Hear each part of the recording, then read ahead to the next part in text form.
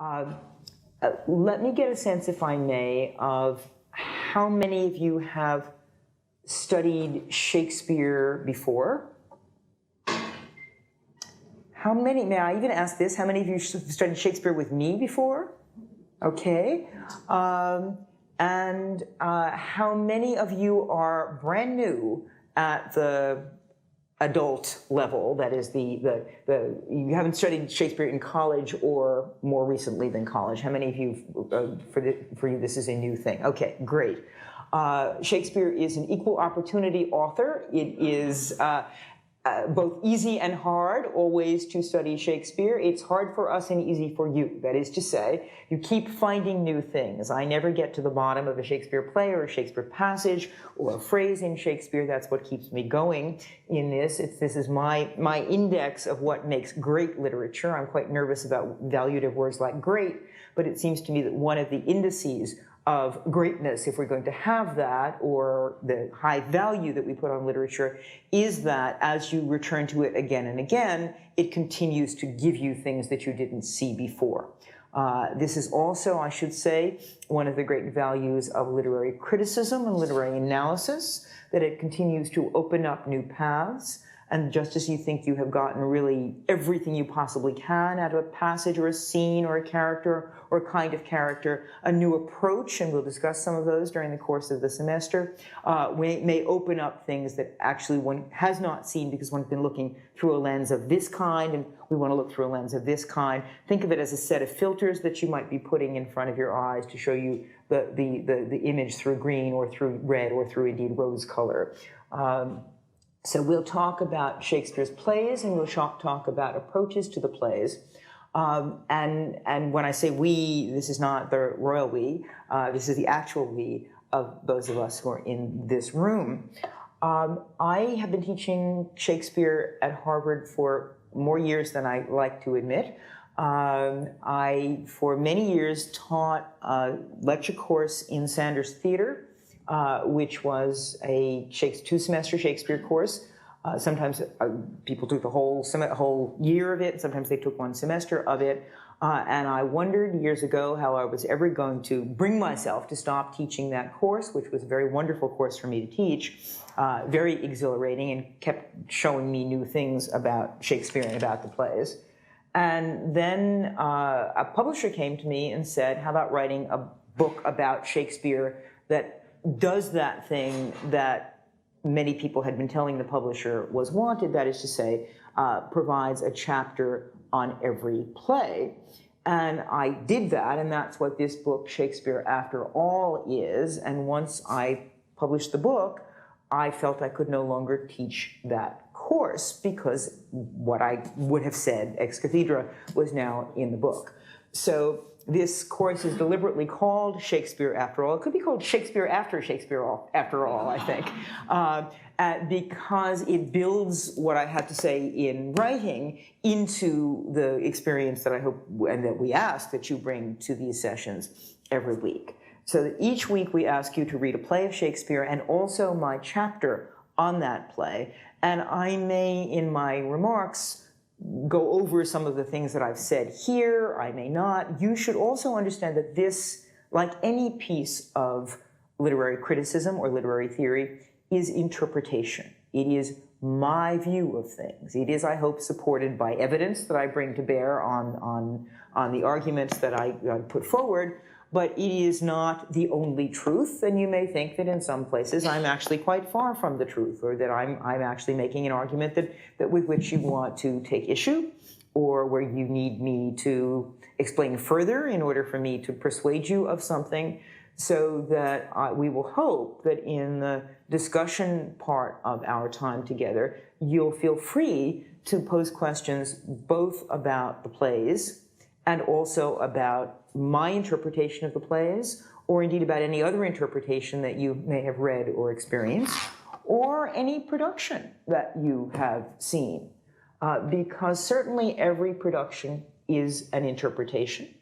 Every actor, every director, every audience finds something new in these plays. At this very moment, I think, at the Brooklyn Academy of Music, Ian McKellen is doing his King Lear, which got a lot of very interesting reviews. You may have seen them in the New York Times and other major publications. This is a major Shakespearean actor he was here many years ago on an American tour, and he and I actually did a radio program together on Macbeth. He was then appearing in Macbeth, and we did a radio program together at WBUR discussing what it was like for him to perform Macbeth. I wish I could do that with him about his King Lear. But he certainly has been praised very much for bringing his experience as a lifelong actor, as well as a lifelong person, into this production of King Lear, which is otherwise, so far as I can tell, I have not been able to get a ticket to it, a relatively traditional production of the play. That is to say, it is set on a heath, he is wearing rags, it is not transformed into some other time period or some other place. Though I gather that the fool in that play, in this version of the play, is a theatrical entertainer of some kind, and is thought of as somebody who actually stages plays of his own. Closer to home, a production that you will certainly be able to see, and that I might well invite you to see, is a production by the Actors Shakespeare Project, which is a Shakespeare theater in town here, which did last year a very brilliant Titus Andronicus, and is doing Macbeth in October. And they've asked me actually to moderate the discussion about the production. And in this case, it's a relatively untraditional production. Again, I've not seen any rehearsals of it yet, but every character in the play is played by a woman. So this is an all-female Macbeth.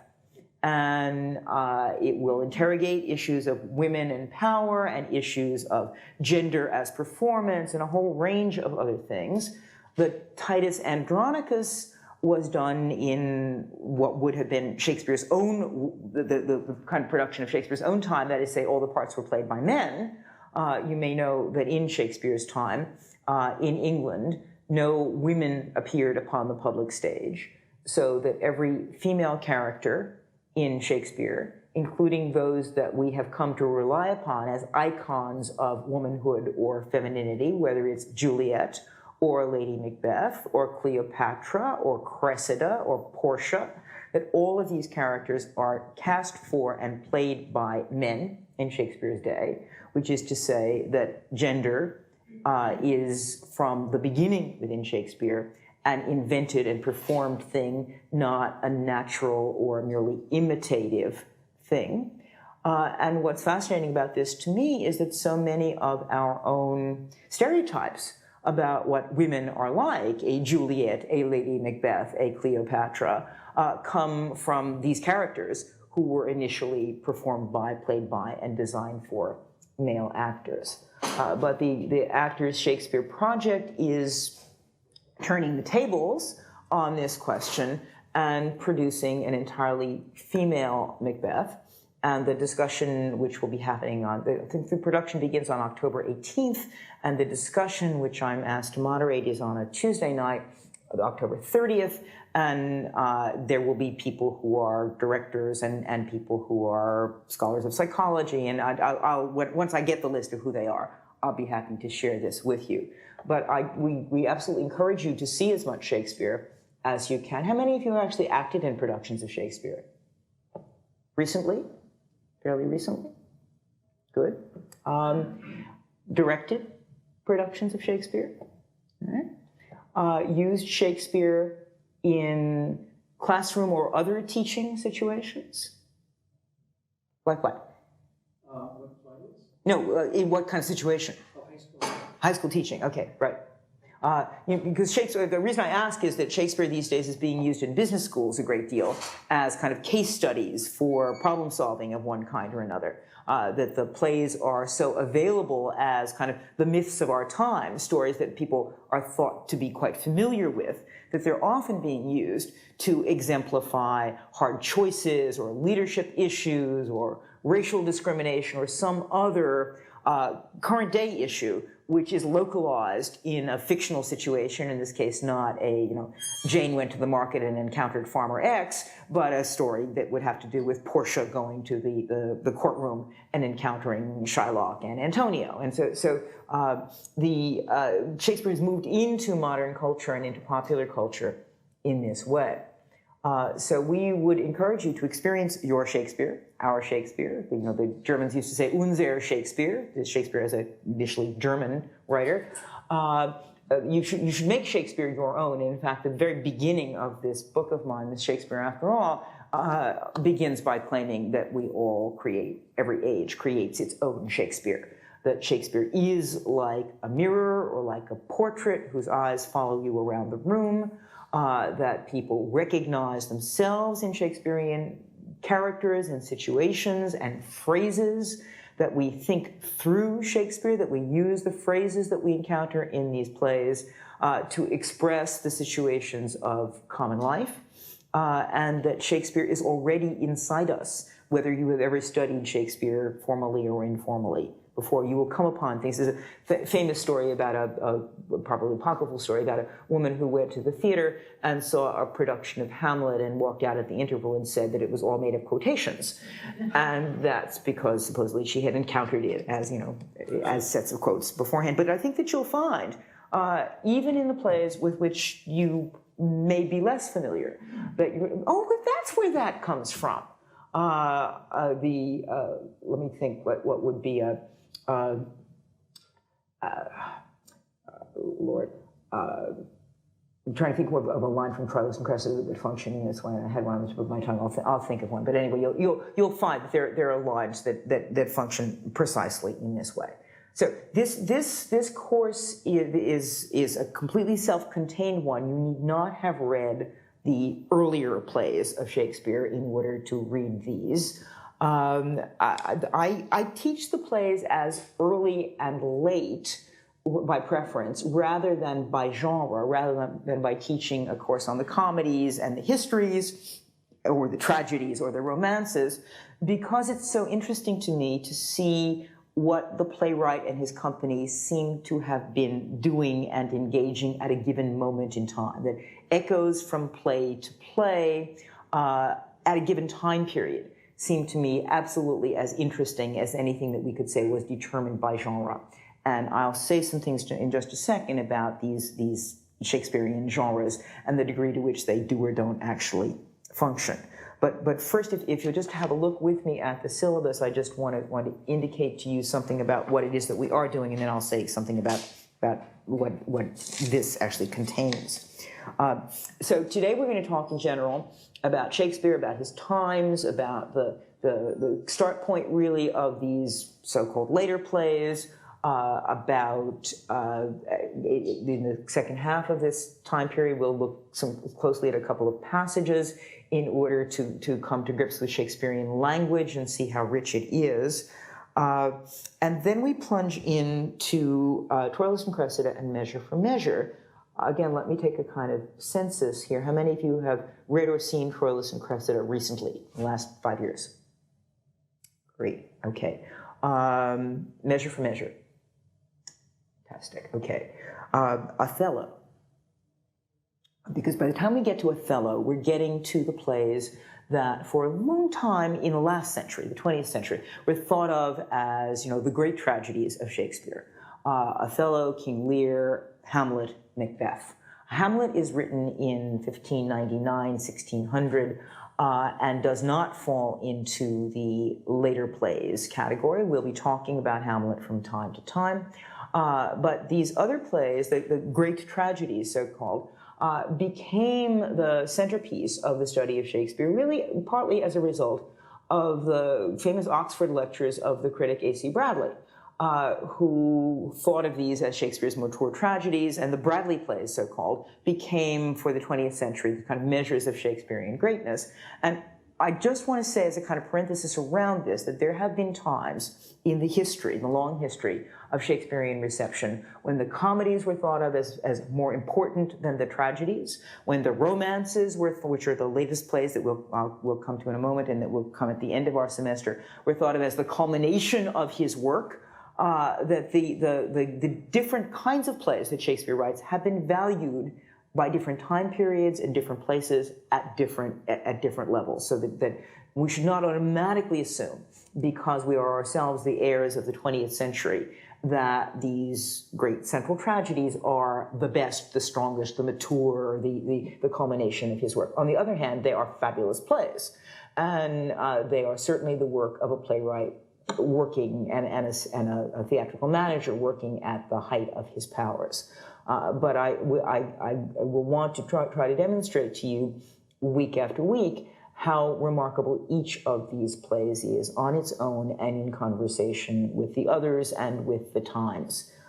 So we're going to start with these plays that mark really the turning point from the late 16th century to the early 17th century, the moving into, in historical terms, the time when King James actually came to the throne, replacing Queen Elizabeth in England. Now, again, one can make too much of the break between the Elizabethan plays and the Jacobean plays, but once upon a time, again, a course like this would have been called Elizabethan and Jacobean Shakespeare, or the plays by authors who were not Shakespeare writing in the same period would have been called Elizabethan and Jacobean drama.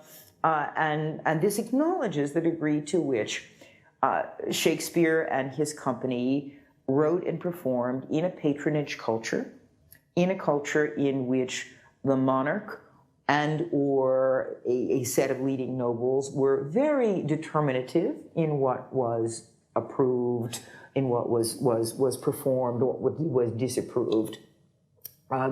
This is a moment when the Renaissance theater is coming into being. Prior to the time of Shakespeare and his contemporaries, whether it's Christopher Marlowe in the 1600s or Ben Jonson in the early 1700s, whether it's Marston or Middleton or Heywood, but prior to this time, the theater is very much more related to either the church or to morality. In the north of England in particular, there are what are called miracle plays and morality plays being performed, which are either depict scenes from the Bible and with a kind of teleological function, that is to say, starting at the beginning of Genesis and moving through toward Revelation. With the idea, now again, remember that we're dealing in a culture in which not everybody can read. This is not necessarily a literate culture, so you see performed scenes from the Bible, and this is one way that you understand how this founding text functions. And these performances, indeed, were personalized by the development, among other things, of certain kinds of theatrical types, so that Mrs. Noah became a kind of type of the nagging housewife, and a type that's still recognizable in situation comedies today, and that has its more sophisticated, mature versions in a play, let us say, like the Comedy of Errors of Shakespeare, in which there's a husband and a wife, in which the wife keeps saying, "Why aren't you home for dinner?" And it's much a leftover of this idea of the sort of the man being controlled by the wife. And this thematic will show up, let us say, even in Macbeth in a slightly different way. So these types developed. King Herod, the king of the Jews, who orders the slaughter of the firstborn, is thought of as a kind of ranting tyrant, when Hamlet in his play cautions the players not to out-Herod Herod, not to overact, to throw their hands around, to gesture too much, and so forth. He is making reference to this figure of Herod from the old miracle plays, which, again, were still in the memory of some of the populace. These plays continue to be performed together with morality plays, that is, plays like Everyman, plays where characters have symbolic names, like Good Deeds, or Everyman, or the Four Wits, or the seven deadly sins. And characters like that, too, are carried over into the Shakespearean drama in, for example, the very famous figure called the Vice, V-I-C-E, the embodiment of a certain resistance to happiness, resistance to personal success, a trickster figure, and a figure indeed of viciousness. And the vice figure is mentioned explicitly in a play like Richard III. It's mentioned by Falstaff in Henry IV, Part 1. These are both early plays. And we'll see that in a play like Othello, there are in Iago some vestiges of this stock character of the vice, who is both comic and antisocial, often witty at the expense of others, often confiding to the audience in a set of asides, and that not only Iago, but the figure of Edmund in King Lear will carry some of those aspects too. So there's a kind of residual cultural memory here. It's not necessarily the case that anyone in the Shakespearean audience has ever seen any of these miracle or morality plays, but they are the literary heritage, or one of the many literary heritages that are being carried through. And we'll see that there are other heritages.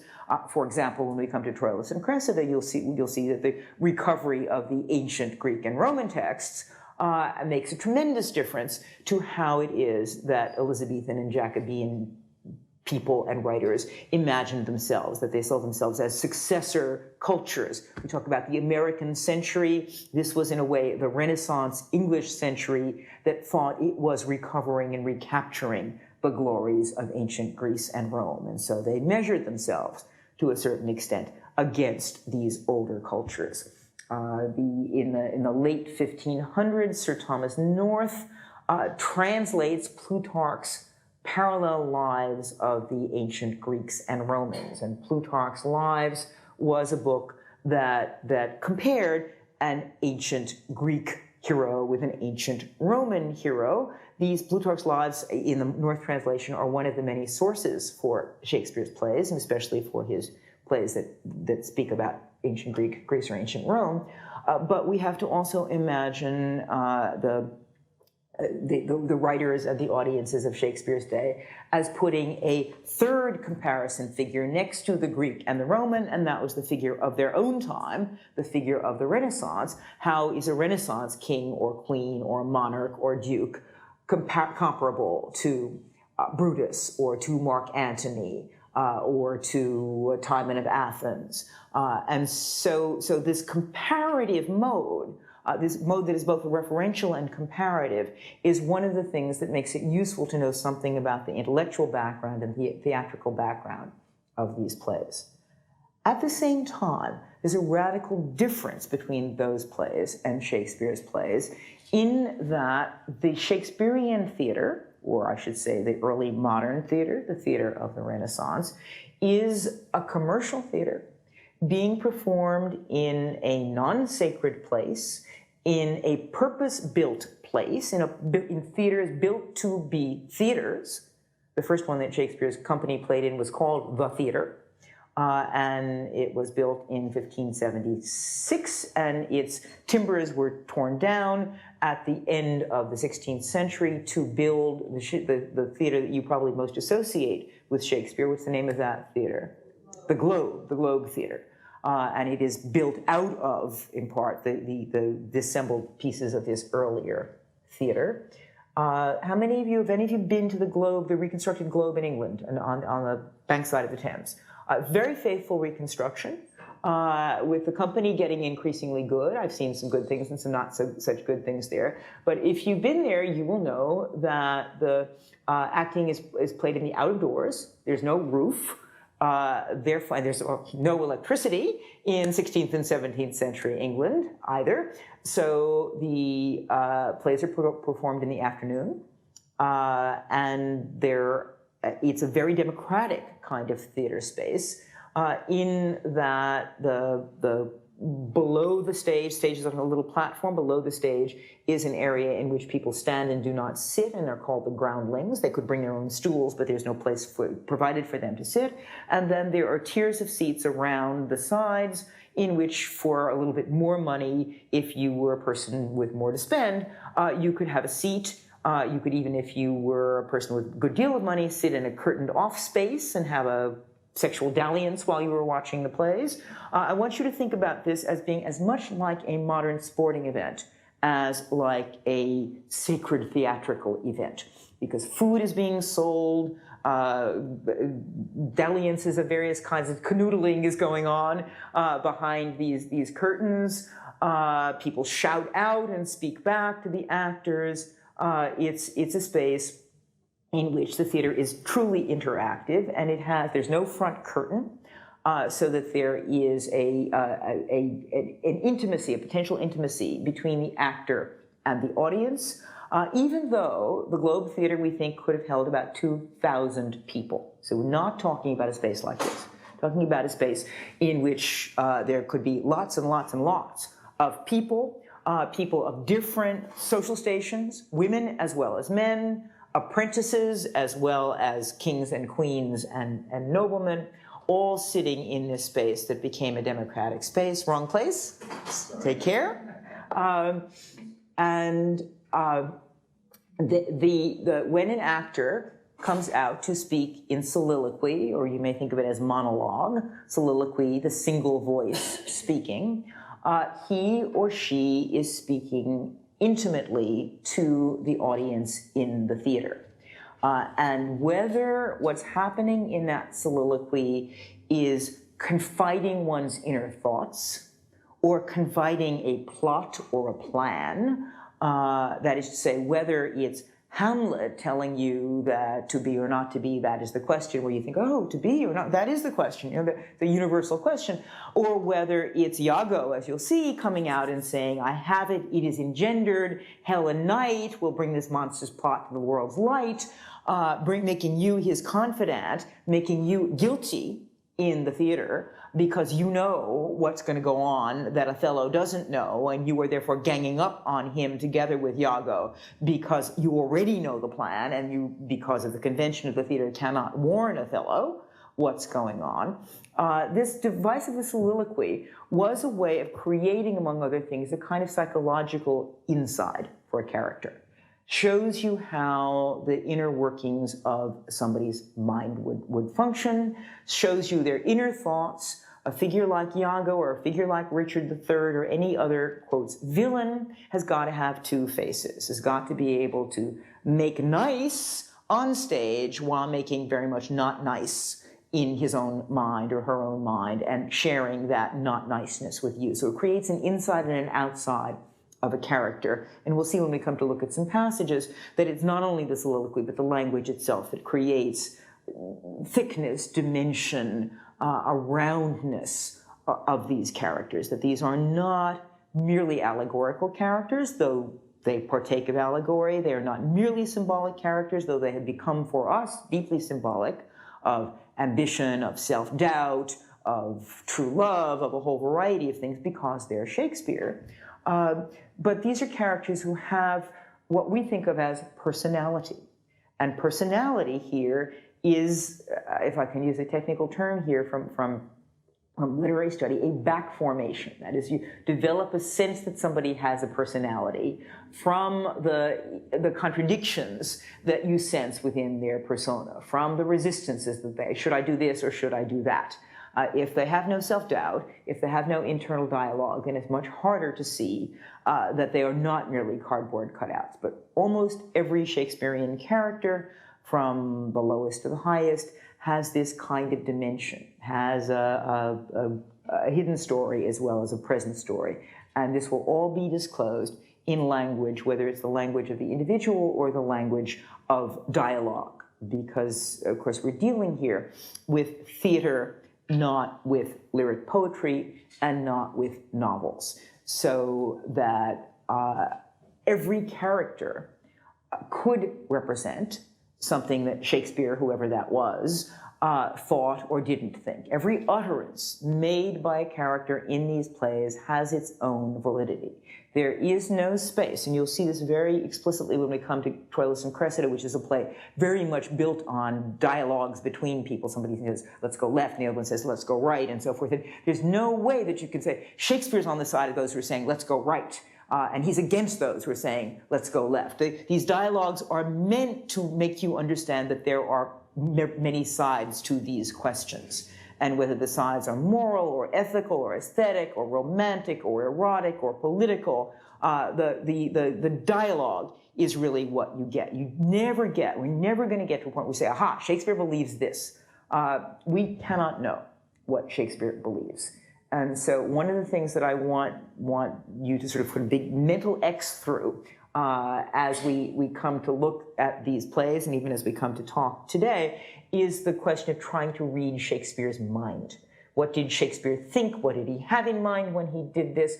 I can tell you, and Mel and Larry can tell you, and we can all guess and hypothesize about what would have been likely in the period. It would have been unlikely that he'd ever seen a bicycle or been in an airplane. I mean, there's some things that we can say he probably wasn't thinking about because they would be anachronistic, which doesn't mean that they wouldn't be, we couldn't, today have, as Peter Sellers famously did, a King Lear at Adam's house which was, what was it, Cadillac on the stage. Now, I think we can probably say fairly confidently that he wasn't thinking about, that Shakespeare didn't have General Motors in mind, but that something anachronistic can function extremely well within a Shakespearean play. In fact, the plays themselves are deeply anachronistic. There's a striking clock in Julius Caesar at a time when there were not striking clocks in ancient Rome and so forth.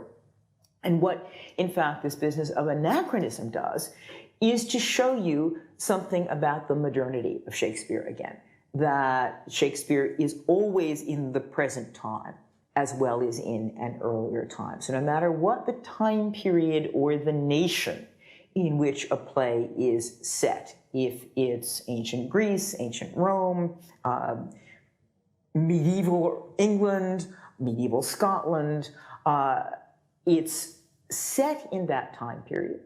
It is written and initially performed in Shakespeare's own time, the late 16th or the early 17th century, and it is being read by us and or performed or seen by us in the present day. And don't ever erase the present day. You cannot make yourself into an Elizabethan or Jacobean person. You cannot put yourself into a purifying time machine and go back and get rid of all your modernity. You can learn a lot about earlier periods, but you're still going to be thinking about them from your perspective as a person of today. And this is a plus rather than a minus. The authentic Shakespeare is a moving target.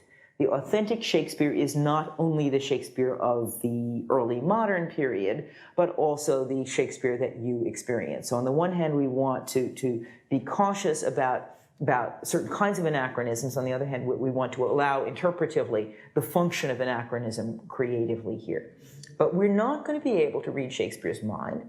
We're not going to be able to, it's not, I should say this, it's not profitable for us to try to speculate too much about whether he liked blondes or brunettes, for example. Did the dark lady of the sonnets represent his own personal taste, or did he prefer fair ladies or fair gentlemen? I mean, these are interesting questions. These are questions that belong to the world of speculation and biography. But in fact, Shakespeare's plays are full of both blondes and brunettes, and their chief function is to be notional opposites or alternatives to one another. It's not about bluntness and it's not about brunetteness. In the plays, at least, it's about an interplay between tall and short, or blonde and brunette, or old and young, or the Greek or Trojan. It's about interplays and about dialogues and conversations. So the Shakespearean drama, as we will be entering into it, is a Shakespearean drama that has been evolved on the public stage in England for decades already. That this is a moment of high theatrical ferment. Think about, as an analogy, about the early days of Hollywood, for example, the early days of filmmaking, when it was really exciting to be creating a new medium and seeing what it could do, and changing what the medium could do, adding sound to film, adding plot to film, adding fiction to film, adding color to film. So also for these early modern writers, they had a medium, the theater, that they were able to make do lots of different things. And part of it is the discovery of how to use language, character, costume, the physical stage, as a way of stretching the medium, making the medium, the theater, do something new.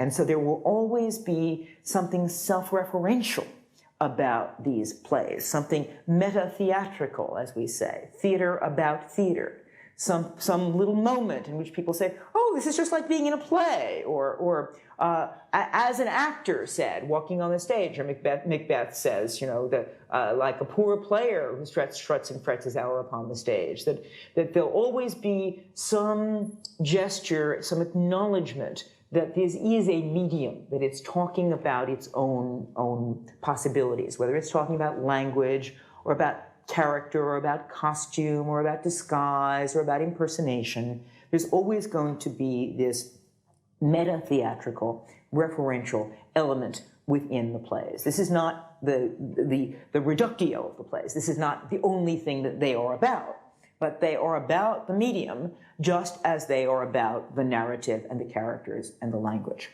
And so by the time, Shakespeare, I should say, is part of an acting and theater company. He is, we know, an actor as well as a theatrical manager. He belonged to a company that actually made more money than any other theater company, but there are a lot of startups, a lot of companies that are starting up in this period, and they're all called things like the Lord Admiral's men or the Lord Chamberlain's men or Lord Strange's men. They're all called somebody or other's men because of a statute promulgated under the time of Queen Elizabeth against what are called masterless men in this culture. That is, marauding bands of people who were homeless and hungry and wandering about England, and of whom the state was frightened. So the idea that you didn't want mobs, as to use an anachronistic word, but that you didn't want masterless men wandering about England got in the way of the way theater was practiced in this period, which is to say that these were traveling players very often. They moved, especially in the summer months, from great house to great house. They performed not only in the state theaters, but also in private homes.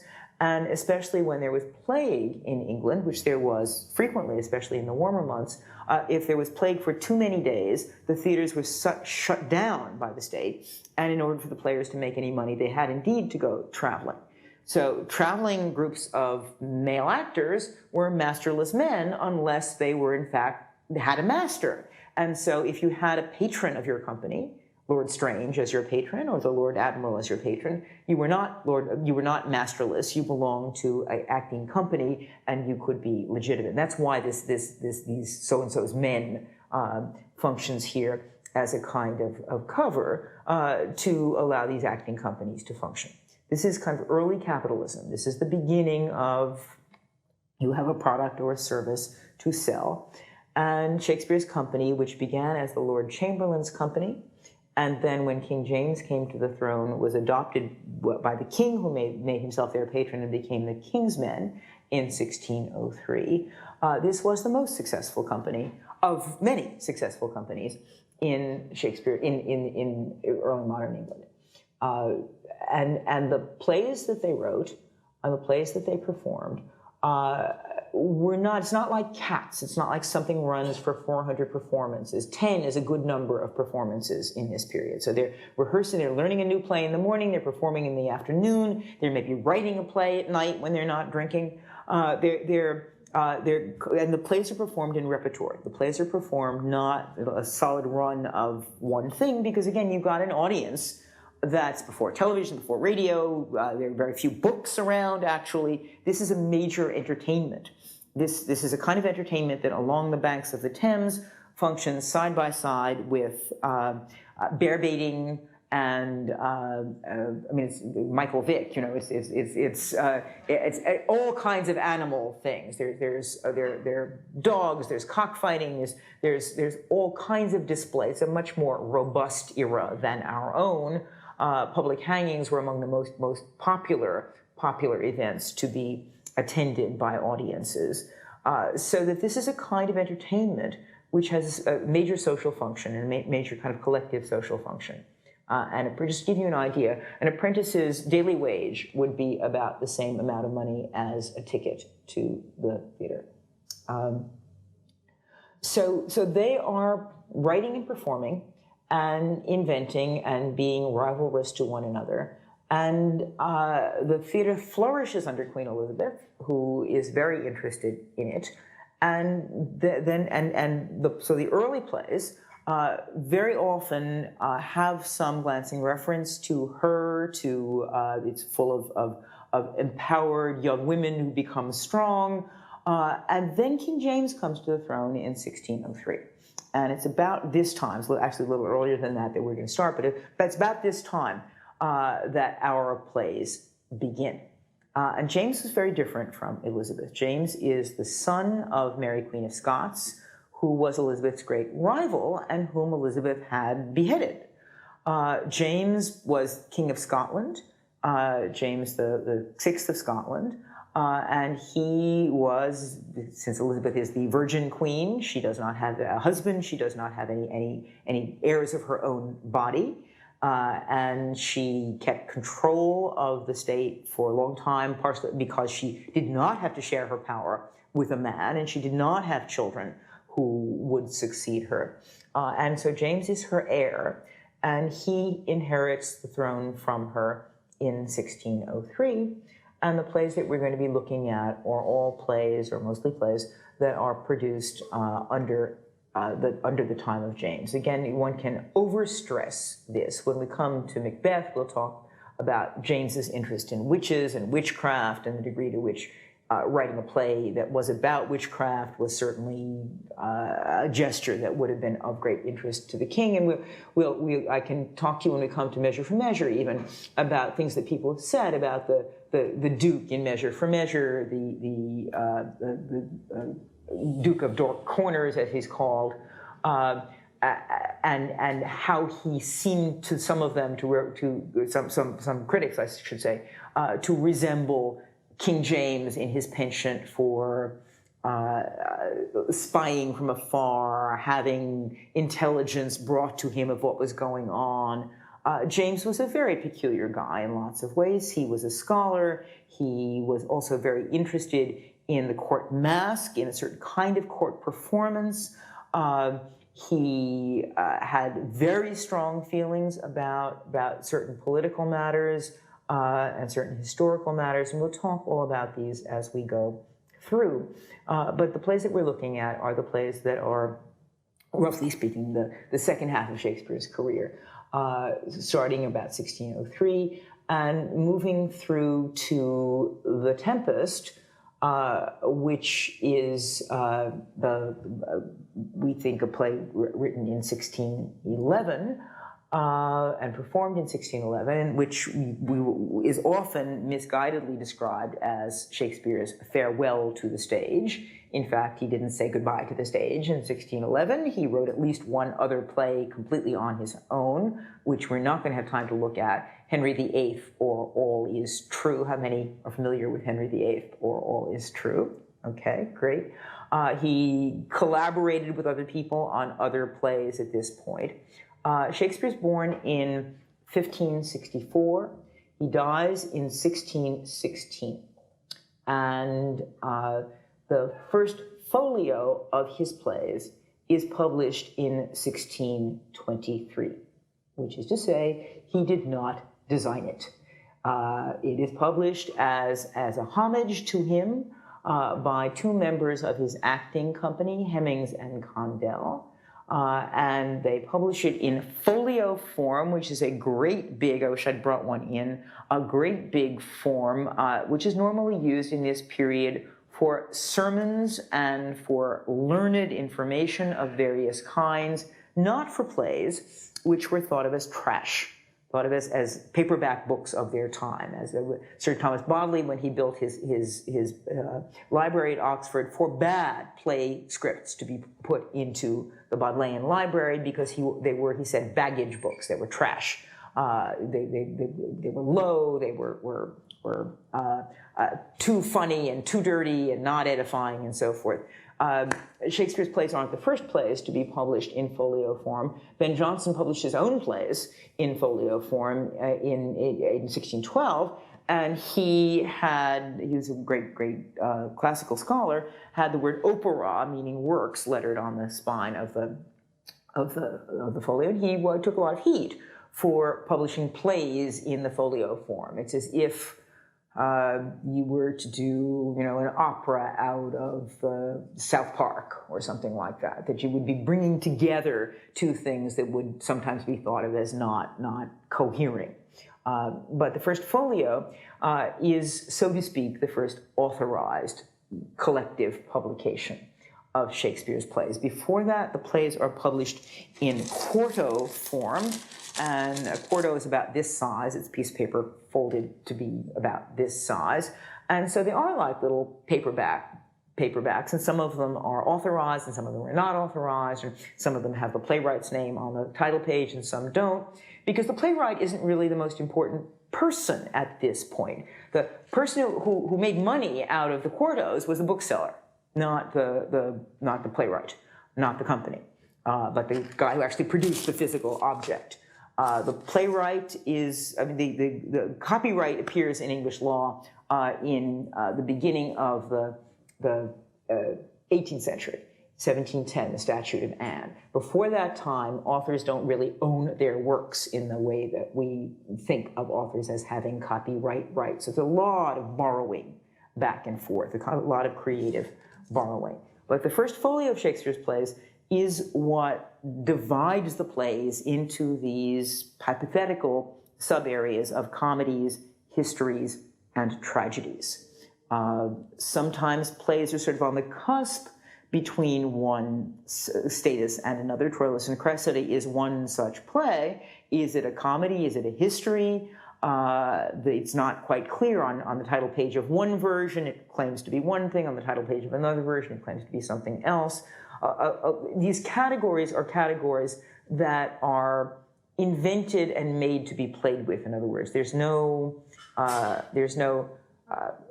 genre police out there saying, here are the rules of a comedy, and if you disobey these rules, then you fail as a comedy.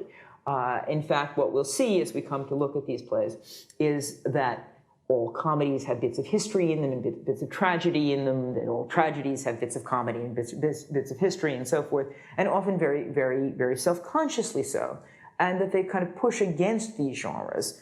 So that, what would be some things that you would hypothetically say would be true of a comedy? Yes? Happy ending. Happy ending, what would that mean? The community comes together. Okay, good. And yet I will be happy to prove to you that every single Shakespearean comedy does not do that. That there's somebody left out, some marriage that doesn't take place, some foreboding remark about, what might happen in the future. There's some thread, some loose endings, what makes them such good plays, where it doesn't, all the pieces don't come together so perfectly. They move in that direction, and yet there's something left over. There's something left to go. And the tragedies we'll see very often end with somebody, often a person of high rank, coming forward and saying, now we've all come together, we lived through all this, all this together, and now we've learned our lesson and so forth. And inevitably you can hear the Jaws music behind, that there's foreboding in the very attempt to bring everything together. It doesn't mean that that it's actually dark rather than light. That would be too simple to say as well. But just that it's always nuanced at the end, that as it's nuanced in the middle, that these things are not perfectly happy or perfectly tragic, that in fact the playwright is playing extremely knowledgeably with these impulses. There's a temptation in talking about these genres also to try to align them with ancient Greek structures.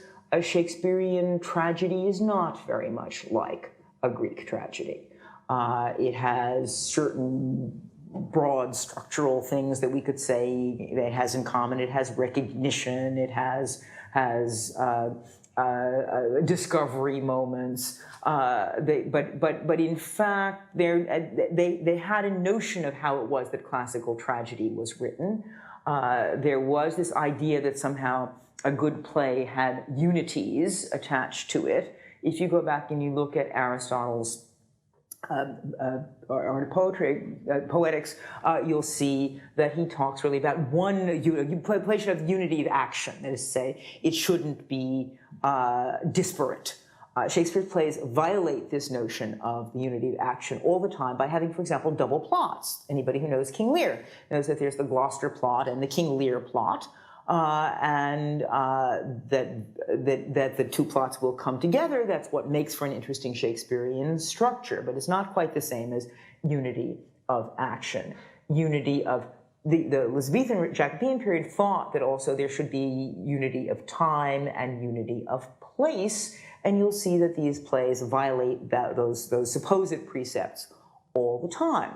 That in the late plays that we're going to look at, like the Tempest or Cymbeline or Pericles, there are great blocks of time. In the middle of Winter's Tale, there's a block of 14 years between Act 3 and Act 4. This is not unity of time. In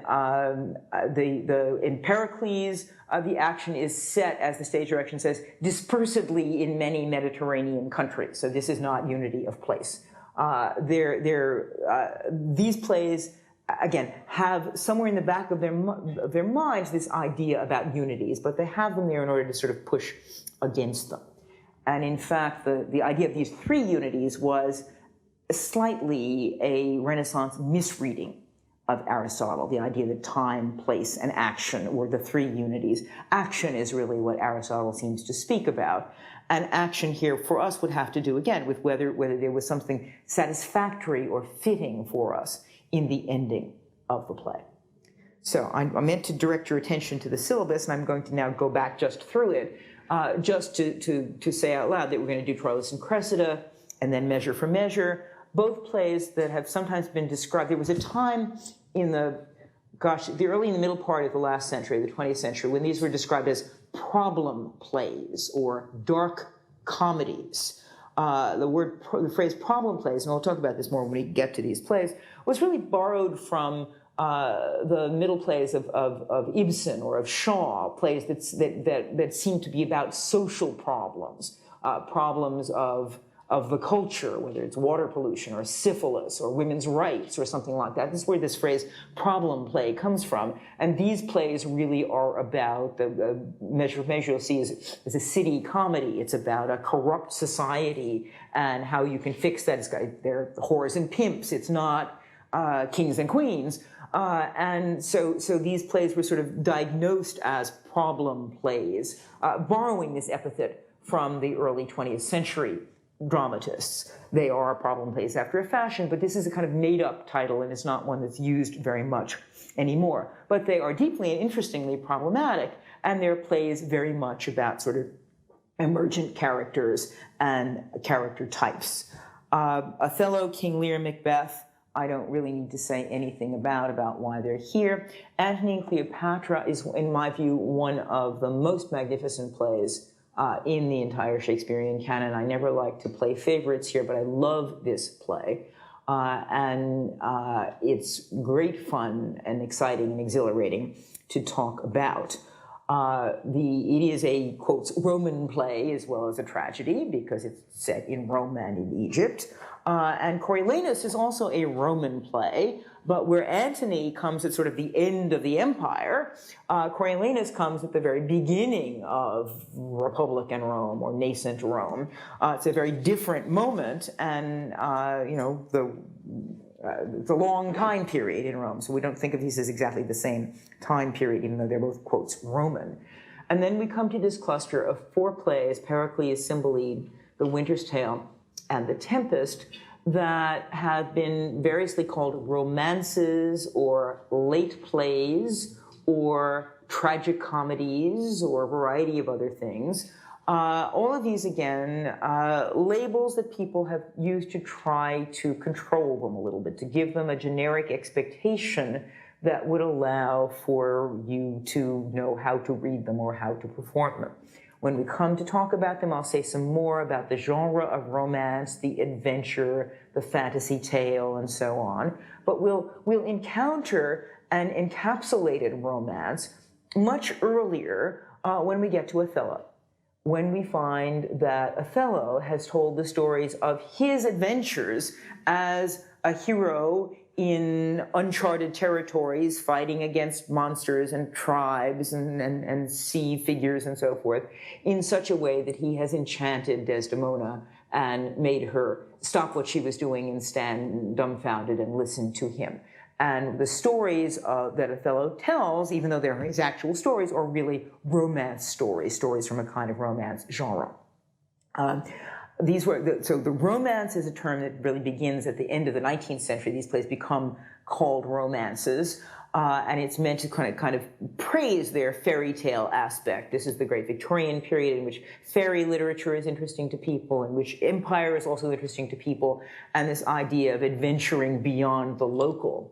Late plays was meant to be, on the one hand, a very neutral kind of designation that would not give anything away. These are late in Shakespeare's career.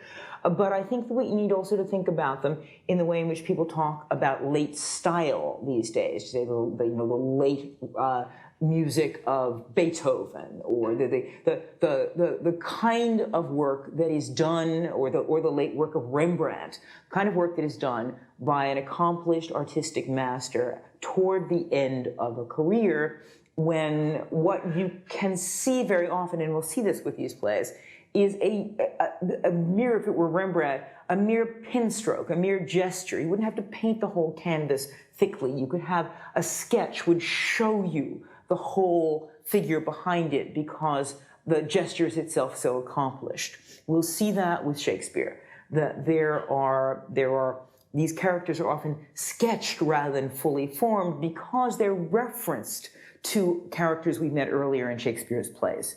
The last of these designations, tragicomedy, was actually what these plays were often called in the period, a mixture of tragedy and comedy. And this was thought of by some people as mingling kings and clowns, to use Philip Sidney's terms, as a kind of mixture that you shouldn't do, but it's actually a highly desirable, highly audience-pleasing genre at the time that Shakespeare is writing them. So these plays all a little bit match up to what it was that interested audiences.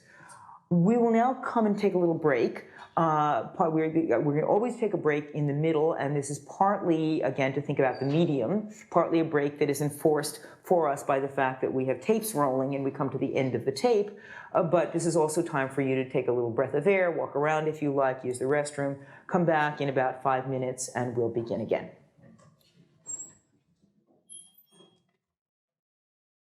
Just one or two. It was asked a question, a question I should have answered before it was asked, about what what Shakespeare text you should use. And my answer really is any good text with notes attached to it. We've ordered the Norton Shakespeare for you. I'm a great fan of the Riverside Shakespeare. The Bantam Shakespeares are fine. The Signet individual volumes are fine. The Penguin volumes are fine. Please use, however, an edition that does have textual notes and glossed notes that explain what words mean and so forth. Don't use the old Yale Shakespeare or something that's got no notes. You are going to need the notes. You're going to need to have that information. Yes? Pelican's fine. Pelican's absolutely fine. Some of you may prefer to have individual volumes rather than carry a big, heavy single volume. I don't care what edition you use. My Shakespeare After All is keyed to, that is to say that when I give act, scene, and line numbers, they refer specifically to the Norton, but that was just because I had to refer to something.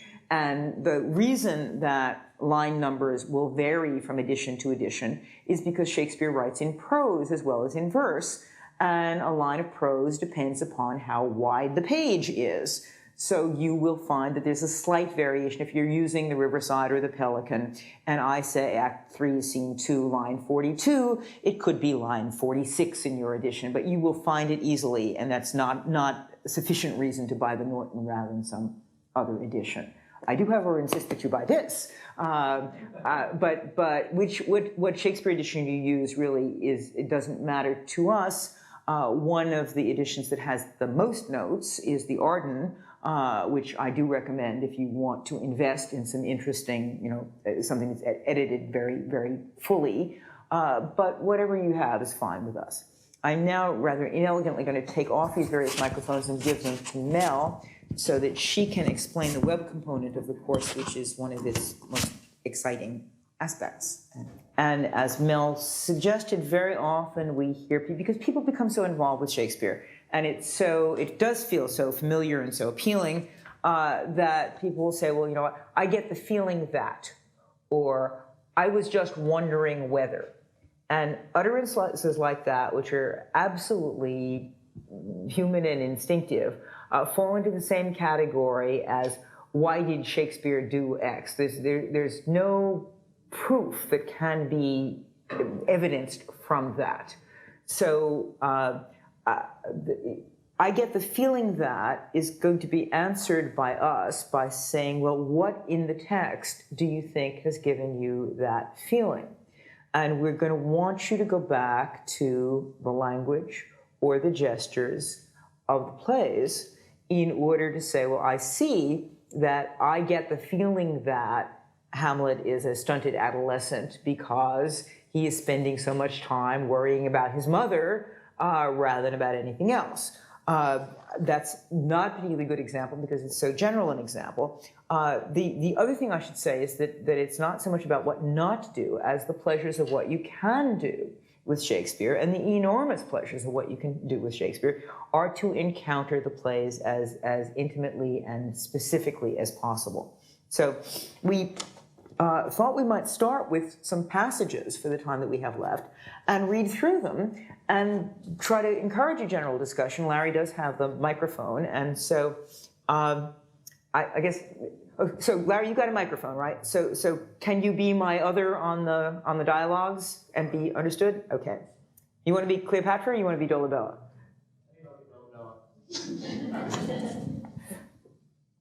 His face, I should say that the topic here is, or just to give you, set the scene for you a little bit. One of the fascinating things about Antony and Cleopatra, as you'll see, is that these are two very titanic figures, which is going to subsume the other. He is the embodiment of a certain Romanness, she the quintessence of Egypt in all its variations.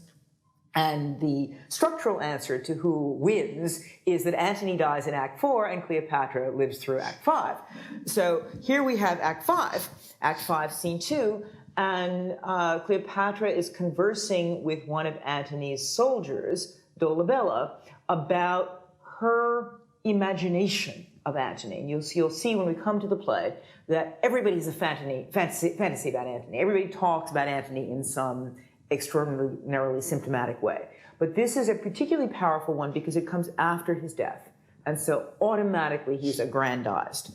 And she is taking pleasure, I would say even kind of erotic pleasure, in having a discussion with someone else who loved him about Antony. His face was as the heavens, and therein stuck a sun and moon, which kept their course and lighted the little the earth. Most sovereign creature. His legs bestrid the ocean, his reared arm crested the world. His voice was propertied as all the tuned spheres, and that to friends. But when he meant to quail and shake the orb, he was as rattling thunder. For his bounty there was no winter in't, and autumn 'twas that grew the more by reaping. His delights were dolphin-like, they showed his back above the element they lived in. In his livery walked crowns and crownets, realms and islands were as plates dropped from his pocket. Cleopatra. Think you there was or might be such a man as this I dreamt of?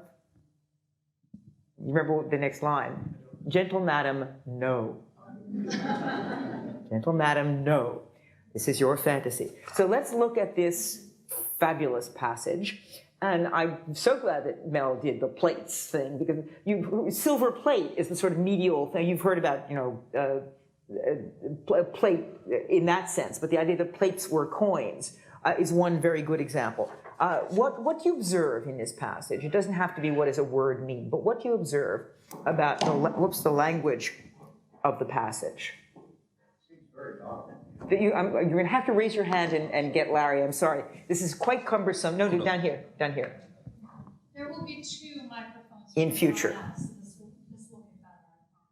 Just somewhat of an arbitrary observation, but it seems very nautical just right off the bat to me. Nautical. Yeah. Show us some nautical Well, the words. descriptive terms, his legs bestrid the ocean, raised above the crested world. Let's see. His delights were dolphin-like. They showed his back above the elements. His realms and islands were plates dropped from his pockets. Just seems very nautical for some reason. Well, I'm not sure what the significance dolphins that and may the be. ocean, I will indeed associate with the sea and with its. Shakespeare very often associates the sea with both life-giving forces and with storms that are threatening. His legs bestrid the ocean. What kind of a figure is that? I mean, if his legs bestrid the ocean, what does it say about him? Exactly. So we think about maybe the Colossus of Rhodes. In any case, we think about an enormous figure, because to bestride the ocean is to have 1 foot on land on either side. And what about the dolphins? Larry, we're not quite finished. What about the dolphins? His delights were dolphin-like. Oh, it kind of juxtaposes from the colossal image brought about with his legs bestrid the ocean. Now you have a very delicate image of a dolphin, porpoising to the ocean. So you're closer to the ocean here. You Right. return to the ocean. More elemental figure rather than a menacing colossal figure.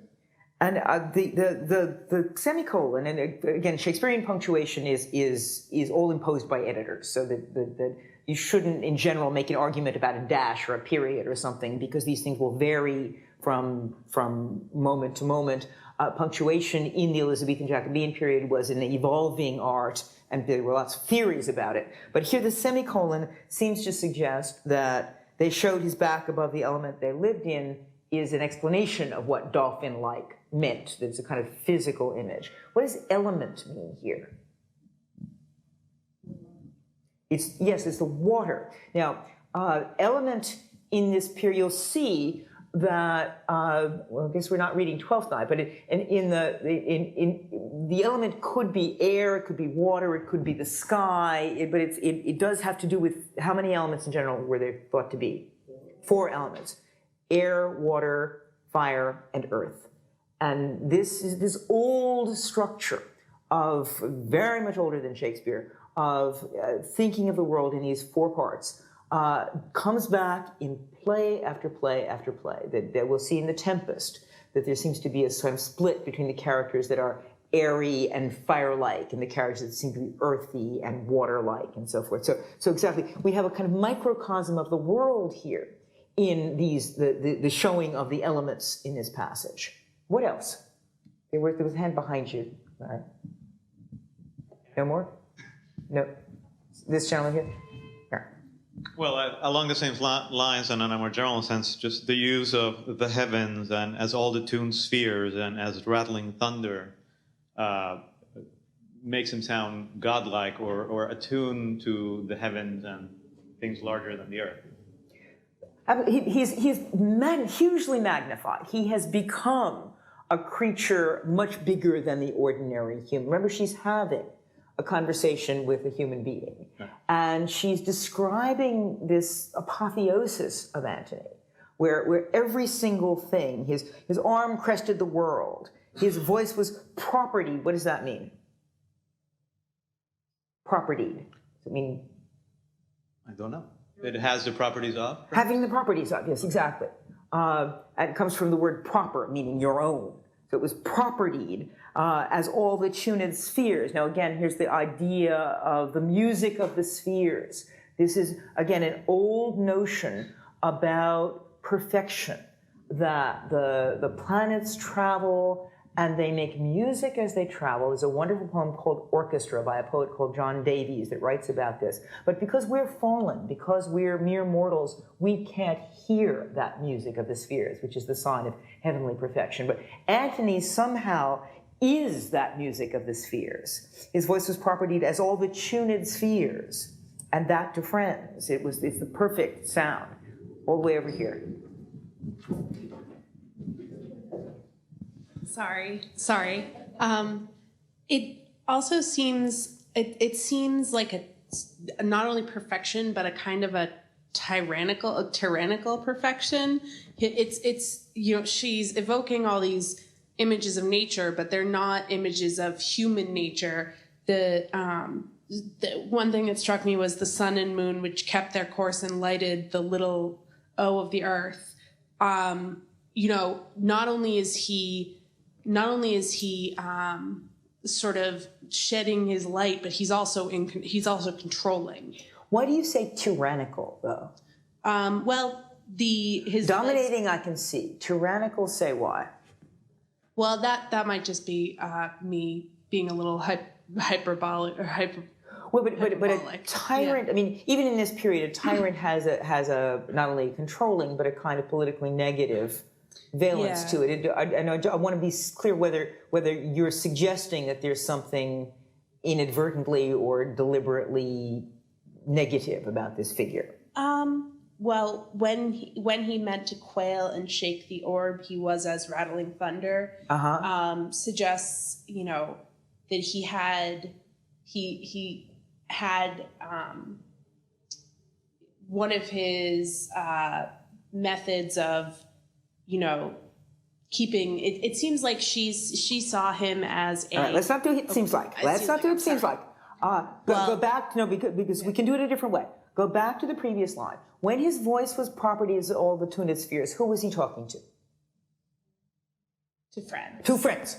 So this other stuff, the quailing and shaking the orb, who's he talking to?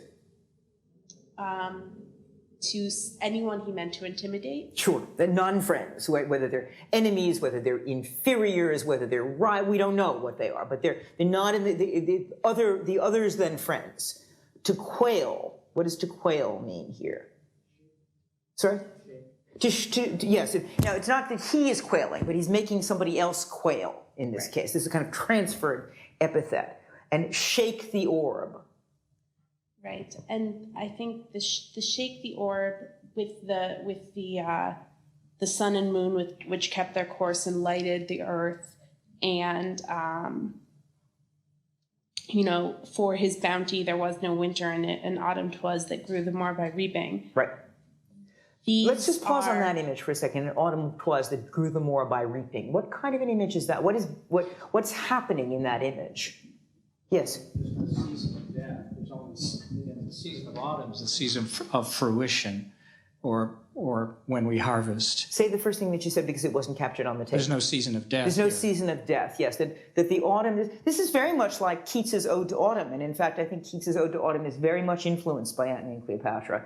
The idea, season of mists and mellow fruitfulness, is how that poem begins. The idea that autumn is infinitely fruitful. But the paradox built into this, a bounty 'twas that grew the more by reaping. Now, we might ecologically say that we understand that in fact you have to keep things mown in order to keep them growing and so forth.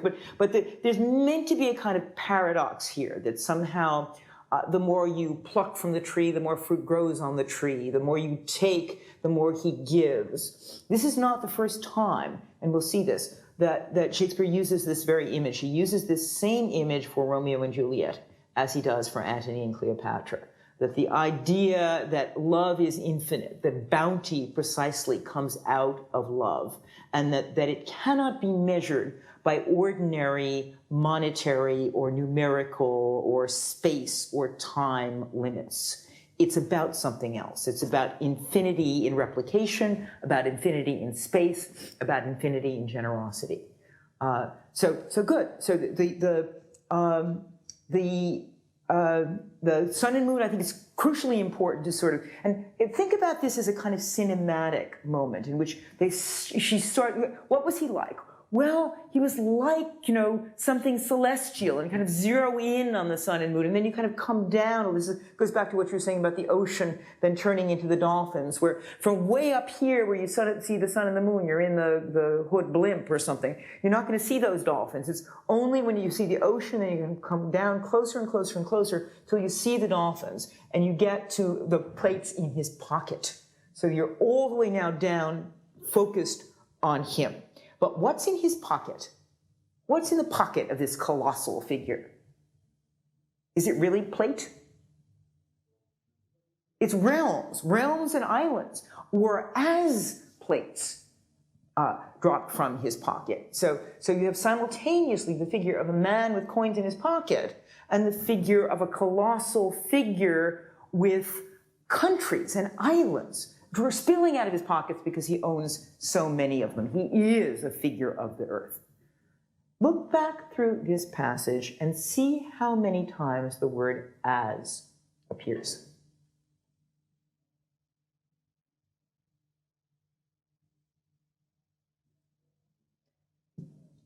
His face was as the heavens.